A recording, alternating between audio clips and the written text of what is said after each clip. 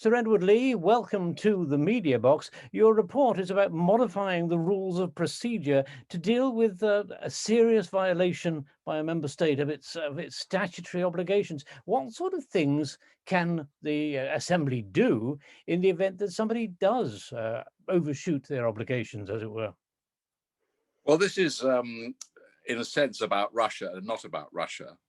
Obviously, Russia invaded Crimea, invaded the territory of a member state, and basically they were, to cut a long story short, expelled from the chamber, although never from the Council of Ministers. So we were trying to work out a joint procedure about what would happen in the future. And I think what we're trying to do, what the Assembly is trying to do, is work something out with the Committee of Ministers, who, as I say, never expelled Russia, and have indeed tried to water around our report. But to say there has to be a very high bar. For instance, you can't just have a simple majority to expel, say, Azerbaijan because the Armenians are cross with them, or expel Turkey because there's some human rights abuse. You've got to get, a 2/3 majority, 15 national, 15 delegations, all sorts of high bars. So it'll happen very, very rarely, if at all. How difficult is it, though, to actually get the rules of procedure changed? And in what way would you like to see them changed? Because one has to respect, obviously, national sovereignty. I think the Council of Europe is not like the European Union. It's not a state in the making. It was set up after the Second World War to try and provide a forum to deal with fascism, and then, of course, subsequently with communism and with tyrannical regimes. And I think we have to remember that it's jaw is better than war. It's better to have Russia or Turkey or Azerbaijan or Armenia or Georgia or any other country which sometimes may have a dodgy human rights record. My own personal view, it's better to have these countries in the Council of Europe. And if you're going to expel somebody, it should, as I said earlier, it should be a very high bar indeed, not 2/3 majority, a large cross-section of national delegations or political groups, all that sort of thing. So I think, yes, it's 3 political groups and 15 national delegations. So basically, to cut a long story short, it'll probably never happen.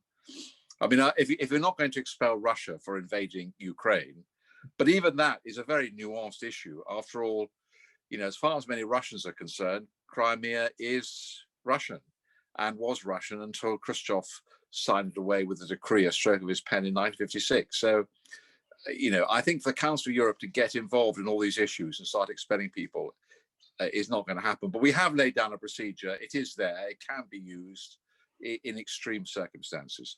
But the Council's main role, presumably, is to smooth things over, try to find points of contact where both sides could agree, get them talking. As you said, jaw is better than war. So I think it was what Churchill said originally. Yeah, I mean, I'm quoting Winston Churchill, who, of course, was a founding member of the Council of Europe. I mean, to some people, the Council of Europe is just really a fairly innocuous talking shop. There's nothing wrong with talking shops. After all, the House of Commons, at the end of the day, is a talking shop. Although the House of Commons actually does have real power. The Council of Europe doesn't have real power, but it does have influence, and therefore it's useful. And of course, we do appoint the judges to the European Court. That's a bit of real power. And in terms of a human rights body, it puts the spotlight on human rights abuses. So personally, I think it does a good job, and we should just we should, in Britain, and we certainly intend to remain a member of it, to be a very active member of it. What do you think should happen, perhaps over the case of Navalny and the immediate arrest and the protests? And some of those protests were jolly brutal. I saw them. Well, actually, I'm about to go off to the House of Commons now. We've got an urgent question with the Foreign Secretary, and I've got a question about Navalny, actually. And I will say that we've got to condemn Putin for Skripal, for Navalny, for all these human rights abuses. But we've got to be very careful. Now, I'm talking about Britain now, not the Council of Europe. We've got to take a rather nuanced view. We can't be seen to be Russophobe. We have to understand Russian sensibilities, Russian culture, Russian history. So by all means, condemn Putin for particular aspects of which are egregious behavior, and his behavior towards Navalny is such behavior, bearing in mind that it's not going to, of course, change anything in Russia. He just washes his hands with criticism. But I think we have to be prepared to stand up to him. Yeah. Will there come a time, do you think, when there is a Russia post-Putin that maybe takes a different line? Well, I mean, there was an outbreak of democracy in Russia, of course, under Yeltsin. But unfortunately, as far as many ordinary Russians were concerned, what they saw in the outbreak of democracy was that their state assets being stolen by oligarchs, by the economy crashing, by people being reduced to penury, by I think the Russian economy being reduced to the same size as that of Wales. And frankly, I've been a Council of Europe monitor in the Russian presidential elections.